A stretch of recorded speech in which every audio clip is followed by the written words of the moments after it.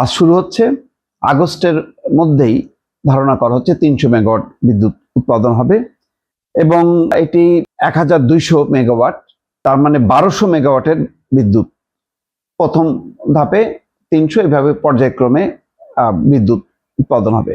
এটা রাশিয়ার project, Rosatom company, তারা এটি তৈরি করছে। তো দুইটা জিনিস আমার কাছে খুব ইন্টারেস্টিং বিষয়। একটা হলো যে সংকট সাংঘাতিক রকম বাংলাদেশে, আদানির বিদ্যুতের চক্রের মধ্যে তো আমরা আছি। তার মধ্যে বড় পুকুরিয়া তাপবিদ্যুৎ কেন্দ্রের একটা ইউনিট অচল, সম্ভবত 2টি ইউনিটই মনে হয় অচল কারিগরি ত্রুটির কারণে। ঠিক সেই সময় এই সুখবরটা নিয়ে আশাবাদী হওয়া যায় যে সংকটটা দ্রুতই কেটে যাবে। একই সঙ্গে এই রূপপুর পারমাণবিক বিদ্যুৎ কেন্দ্র বহুলভাবে বিতর্কিত। শেখ হাসিনার আমলে যখন কি এটি তৈরি করা হয়, তখন এর প্রতি ধাপে ধাপে ছিল দুর্নীতির অভিযোগ।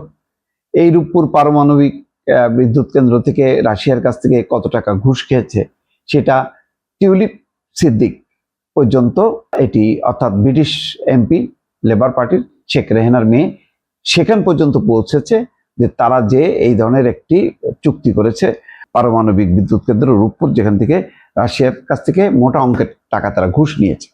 এত বিতর্কের পরও আজকে সরকার আনুষ্ঠানিকভাবে এটি যাত্রা শুরু করতে যাচ্ছে এবং সেখানে তারা উপস্থিত থাকবেন। যেমন আজকের এই কার্যক্রমে বিজ্ঞান প্রযুক্তি মন্ত্রী ফকির মাহবুব আনাম, প্রধানমন্ত্রী বিজ্ঞান প্রযুক্তি বিষয়ক উপদেষ্টা রেহান আসিফ আসাদ, তারপরে রুশ পরমাণু শক্তি কর্পোরেশনের মহাপরিচালক আলেক্সি লিখাচেভ, তারা যুক্ত থাকবেন এই অনুষ্ঠানে, ভার্চুয়ালি থাকবেন, কেউ সরাসরি যুক্ত থাকবেন। যাই হোক, কথা হচ্ছে শেখ হাসিনার আমলে বিতর্ক সত্ত্বেও কয়েকটা প্রজেক্ট সেটাকে অস্বীকার করার উপায় নেই। তার মধ্যে ঢাকায় যে ফ্লাইওভারটা, চিন্তা করেন এই ফ্লাইওভারের কারণে কি পরিমাণ ভোগান্তি হাত থেকে মানুষ রক্ষা পাইছে। দ্রুত গতিতে মানুষ এখন আন্তর্জাতিক বিমানবন্দরে যেতে পারছে, সেখান থেকে আসতে পারছে। তারপরে মেট্রো রেল তো এখন আস্তে আস্তে এটা সম্প্রসারিত হবে, সেই ক্ষেত্রটা একটা প্রস্তুত হয়েছে। তারপরে পদ্মা সেতু এবং আরো অনেকগুলি মহাসড়ক, চট্টগ্রাম মানে যে সড়ক চওড়া করা হলো, 2 লেন করা হলো, সেই সমস্তগুলো সুবিধা কিন্তু এখন পাচ্ছে। কিন্তু দেখেন, দুর্ভাগ্য হলো শেখ হাসিনা, যার এত অবদান, যে আজকে প্রশংসিত হবার কথা, সে আজকে নিন্দিত হয়ে আজকে ভারতের নির্বাসিত জীবন যাপন করছে। কেন জানেন?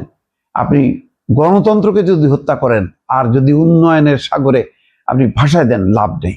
এই জিনিসটা শেখ হাসিনা বুঝতে পারেনি, যার কারণে তার সময় দুর্নীতি হোক আর যাই হোক না কেন, এই যে অপরিহার্য কিছু প্রজেক্ট, সেই প্রজেক্টকে কিন্তু অস্বীকার করতে পারছে না এই সরকারও, বরং এটির ধারাবাহিকতা অব্যাহত রাখা হয়েছে। কিন্তু যার হাত দিয়ে এত কিছু, সে কিন্তু আজকে নাই। এটি হচ্ছে ভাগ্যের নির্মম পরিহাস। দর্শক।